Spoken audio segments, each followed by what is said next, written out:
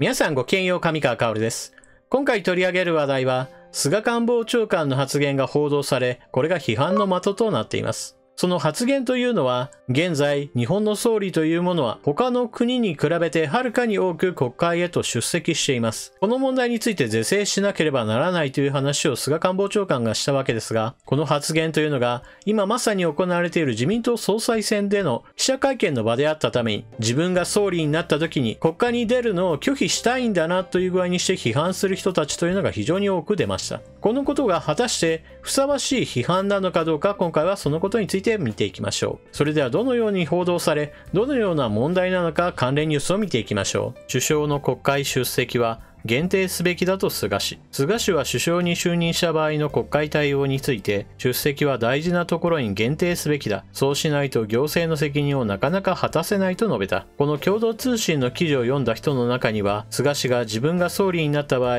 野党からの攻撃を恐れて国会に出席しないようにしようとしているといった批判や、そもそも国会に全く出席しないつもりなら、そもそも総理になるべきではないといったような批判などが行われています。しかし、この発言というのは部分的な切り取りです。今日総裁選の候補者たちによる共同記者会見が行われたのですが、その記者会見にて今回の発言というものが出てきました。菅氏の発言。出席は大事なところで限定して行われるべき。そうしないと行政の責任を果たせない。予算委員会で予定以上に引っ張られ、首脳同士の電話ができなくなったことがあった。G7 でこんなに総理が国会に縛られている国はないことを理解していただきたい。この発言で出てきた、総理が国会に縛られている国はないことをという部分については、どのような裏付けがあるのでしょうか。こちらは読売新聞の記事の一部分です。各国首相の国会出席時間、日本の場合だと236時間17分。これに対してドイツは2015年は34時間、イギリスでは2016年5月から2017年4月で40時間、フランスだと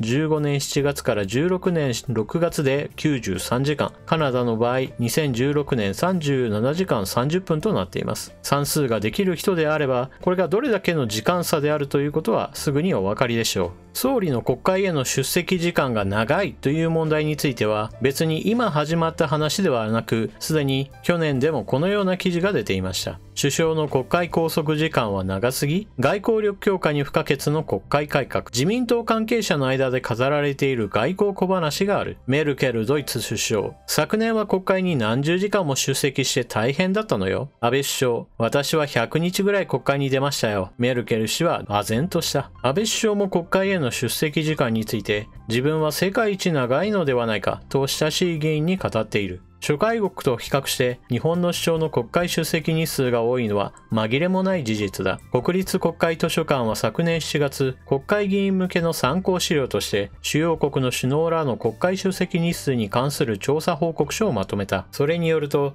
確認された首相や大統領の国会、本会議、委員会の延べ出席日数は、日本が2016年で108日、イギリスは2016年、2017年で38日で、ドイツは6日、アメリカの大統領に至っては一般教書演説のため両院合同委員会に出席した1日のみだ。日本の首相の出席日数は首相が出席しながら発言しなかった日も含む。しかし日本以外の首脳や閣僚は発言する場合にのみ出席するのが一般的だ。衆院調査局の岸本俊介局長は2017年12月に発表した論文で日英の首相の国会出席日数を比較した。論文によれば日本の首相の国会出席回数は112回、出席時間は370時間程度だったが、イギリス首相の議会出席は46回、出席時間は50時間程度だった。首相の国会出席日数の多さの最たる原因は、国会運営上の与野党の慣習だろう。首相と国会の関係については、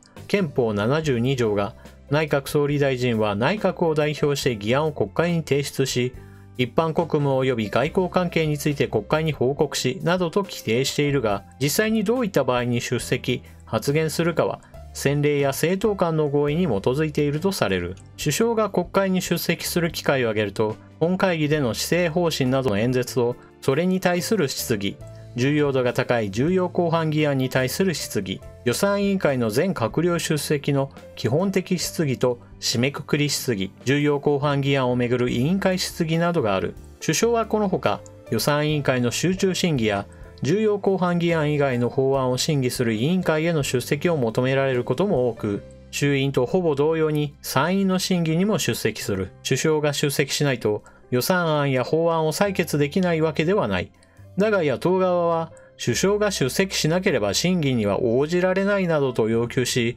与党側も首相を出席させるので、ぜひ委員会の開催をと野党に取引を持ちかける。これが国会審議をめぐる与野党交渉の日常風景だ。日本の首相は国会での日程闘争の道具として与野党双方に利用されている。まず第一に、政治的な問題があり、そのために首相の答弁というものが必要であれば、これに応じなければなりません。そのこと自体は非常に正しいことです。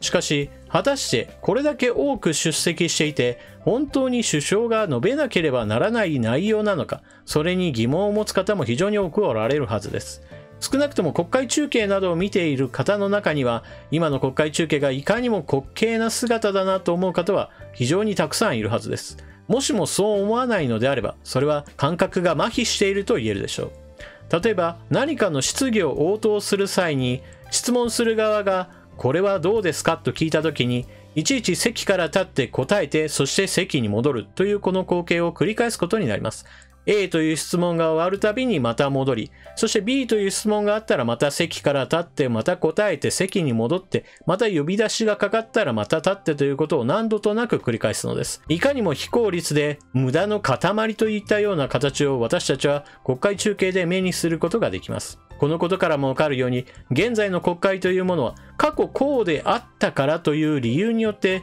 改善や効率化、そして近代化などが図られていない旧時代の遺物が今もなお健在であることを私たちはその姿を見ることができます。その中において国会改革というものは決して無駄な話ではありません。なぜならば国会が開かれているということはそれに関連して多くの人々が働き、それによって多くの経費がかかっています。ですから無駄を削減し効率化していくということはそれ自体が税金の無駄遣いを減らすことであり、それによってもたらされる国政の円滑化というのは日本の国にとっても非常に良いことなのです。しかしそのようなことはできないのであれば現在の国会議員の仕事としては不十分だと言えるでしょう。そして注意しなければならないポイントというのはもう一つあります。それは今回の話というのはあくまでも必要じゃない時に出るような話はなるべくやめましょうという話であって、すべての質疑応答に出なくなるというわけではありません。例えば、別に用がないのに呼ばれているなどというのは全くの無駄です。事前に誰に質問するかというのが分かっていて、その中に総理大臣の名前がない。しかし野党側の求めによって朝から晩までずっとただただ他の人が質疑応答しているのを見ているだけというのであれば、それは総理という職務にある人に対する時間の無駄遣いをさせていることであり、それは大きな国家の損失でもあります。また、総理の出席を促して、それによって討議をするのであれば、当然のように建設的な議論をまずすべきです。決して野党側の議員が、今 NHK の中継が入っているから、今安倍総理の失言を引き出せば、私は仕事をしたぞというアピールができるな、などという私利私欲にまみれた、そうした滑稽な姿というのは見たいものではありません。少なくともそのような人物であったとしても、その人に対しては国会議員として大量の歳費があてがわれており、その歳費というのは一般の給料としては破格の値段であるのです。決してそのような無駄遣いをさせる、そのような国会であってはなりません。少なくともそのようなことが許された時代から現代の日本というのは決して何でもかんでも許せるような余裕のある状態ではないのです。ですから全体論としてまず国会は運営を改革していかなければならないというのはまず第一で、そのこと自体は各論については議論を進める必要はあるでしょうが、全体として効率化をしていく、無駄を排除していくということを進めるのは当然のことと言えます。そのことについて反論するというのはむしろおかしい話で、その改革の結果として総理の出席日数が減るというのであれば、それはある意味当然の流れなのです。質疑応答の出番がないのに与野党協議の中で出席しなければ審議をしないから出なければならないなどというのはただの時間の無駄ですし、歳費の無駄です。また質疑応答する際にも一つ質問を答えるたびに席に戻り、また呼び出しがあってからまた発言し、そしてまた元に戻りなどという馬鹿げた光景などについてはさっさと改正すべきです。その人に質問があるというのであれば、その質問者への発言が終わるまではずっとその場に立っていってもらって、A という質問が終わって、その後の質問の返しがあり、また B という質問があり、そのまた答えがありといった具合にして、質疑応答がずっと続く間はそのままずっと話し合いを続ければいいのです。そして、その人に対する質問が終わった時初めて席に戻るようにすればよいのです。こんな単純なことさえできないのであれば、現在の国会議員にはもうちょっとペナルティとして給料を下げるような話もあっても良いはずです。NHK の国会中継というのは決して時の総理大臣を呼び出して言葉尻を捕まえて罵倒を浴びせて、それによって私が勝ったといったような意味不明の行為を見せつけられる、そういった場ではありません。建設的な議論を進めていき、それによって法改正などを進めていく、まさに国家の根本たる政策などについて前向きに話し合う場であるべきなのです。人によってはそうした仕事全開の光景について面白くないと感じる方もおられるでしょうが、しかし国会というものはエンターテインメント性が必要な場ではありません。粛々と議論を進め、それによって与野党の法律案というものを改正し、より良いものを成立させていくというのが国家のためであり、党利党略私利私欲のための政治というものは排除していかなければなりませんし、そういったものが排除されるような仕組みというものが現在の国会には必要だと言えるでしょう。今回取り上げた記事というものは一部分だけを切り出して、そうした全体像の問題について一切語らずに批判だけを招くように細工したものでした。そしてそのようなことが分かった上で批判する人もいますし、そういったことが分からないで批判する人たちもこのような記事には付属してきます。これらの批判のほとんどが的外れなものであるのは明白で、それだけに不当な批判であることを明白にした上で、国会改革は進めなければならないという話を正々堂々と総裁選の場では話し合ってもらいたいものです。皆さんはこの問題についてどのような考えをお持ちでしょうか。ぜひともコメントしていってください。それではここからは少し余談です。今回取り上げる余談というのはメンバーシップ制度についてです。メンバーシップ制度というのは有料でメンバーになることです。しかし動画を見ているのになぜ有料のメンバーにというふうな疑問を持たれる方もたくさんおられるでしょう。なぜそのように有料メンバーの制度というものを導入しているかといえば、理由は2つあります。まず第一に、私の発言というものは決して YouTube から歓迎されているものではないということです。お隣の国の話などをしていると、それだけで目をつけられるといったことは日常茶飯事です。ですから、広告停止といった措置なども一時期はかなり厳しく行われました。現在では少し監視の目が緩んでいるのか、広告停止される確率というものは下がっていますが、ある日突然その締め付けが再び強まってチャンネルが消されてしまうといったことが起こったとしても別に不思議ではありません。YouTube の運営というものは常に運営基準というものを見直しをしており、その運営の見直しによってある日突然収益化が全くできないようになったり、そもそもアカウントを作っても次々と削除されてしまうようなことが起こっても、それは別に YouTube 側の勝手な部分があるのです。ただ私の発言というのはそうしたアカウントをすぐさま排除されるほど危険なものではないと私は自負しています。ですから YouTube 側が何か私の行動に対して制限をかけるとしたら、それは広告剥がしといった少し軽めのものとなるでしょう。しかしその軽めのものであっても、動画をいくら作っても収益にならないよとなれば、私のモチベーションはどんどんと下がっていきますし、動画制作にかける時間というものもどんどん減らしていかなければなりません。なぜならば収入がゼロなのですから、他で収入を得なければ私自身は生きていくことができないからです。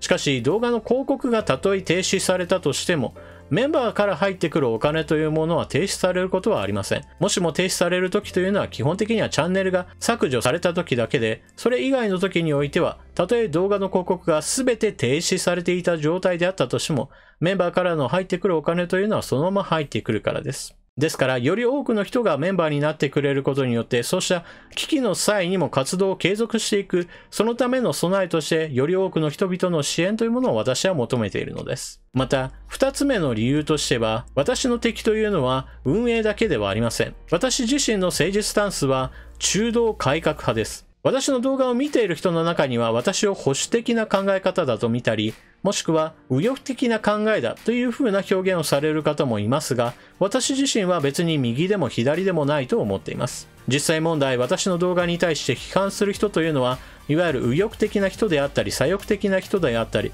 その都度左右からの攻撃というものがあります。ですから決して私は右でもないし左でもないと私自身もそう思いますし、周りから見る分にもそのように右でもない左でもないという具合にして排除の論理が働くのです。そのこと自体が一体何が問題になるかといえば、それは通報の問題です。YouTube というものは通報がたくさん入ってくるチャンネルに対してはペナルティを与えますし、その評価も下がってきます。そして評価が下がってきたチャンネルというのはより厳しく問題行動がないかというのを監視します。A という動画を上げて、その A という動画に大量の通報が入れば、この危険な動画に対して何らかの行動を起こさなければならないと考えるのが YouTube の考え方です。ですから、私が中道的な改革派だと言った通り、右の人たち、左の人たちがこれが問題だと思って継続的に通報を繰り返すようなことがあれば、やはり同じようにしてチャンネルの広告停止といった事態に追い込まれる可能性もあるのです。そのように、現在が広告がついているから次も大丈夫というわけでもありませんし、この状態というものがずっと続くかといえばそういうわけでもありません。YouTube の運営というものは常に変化し続けており、例えば子供向け動画というのは過去においては非常に優遇されていましたが、現在では広告についての制限などが行われ、収入については大幅に減少したと言われています。また過去においては読み上げソフト、いわゆるゆっくり動画というものについても、これらについては全てが教育的価値のない動画のそういったものであるという評価をして、ゆっくり動画についてはそのほとんどが削除されたり広告が剥がされたりといったことが続出する時期もありました。それらについては YouTube の決定であったり YouTube の方針であったりするので、それに対応しなければならないのが現状で、 YouTube の側が変われとユーザー側が言ってもそのほとんどは聞き入れられるものではありません。それと同じように私への攻撃などが激しくなって、その結果として私の動画への広告停止が行われれば、それは YouTube の判断であって、それを変えさせるというのは非常に難しいものとなるでしょう。ですからメンバーへの加入を進めるというのも、そうした事態に備えるための布石であるということを皆さんも理解してください。このような理由でメンバーシップの制度を導入し、メンバーへの加入を進めている関係もあって、決してメンバーの人に対する優遇措置などがあれこれあるというわけではありません。他のチャンネルにおいては、有料メンバーというのは優遇されて当然で、メンバー向け限定の動画やメンバー向けの限定ライブなど、そういったものが特典として用意されているのが半ば普通です。しかし私のメンバー制度というのはそうした特典というのはなくて、あくまでも私の活動を永続的に進めていくための支援であるという意味がほとんどです。このことを理解した上で、ぜひともメンバーへと加入してくれる人が一人でも増えることを私は願っています。それでは動画を最後までご視聴いただきありがとうございました。チャンネル登録していない方はぜひともチャンネル登録を、そして動画を見終わったら評価ボタンのクリックもよろしくお願いします。それでは次の動画でまたお目にかかりましょう。またね。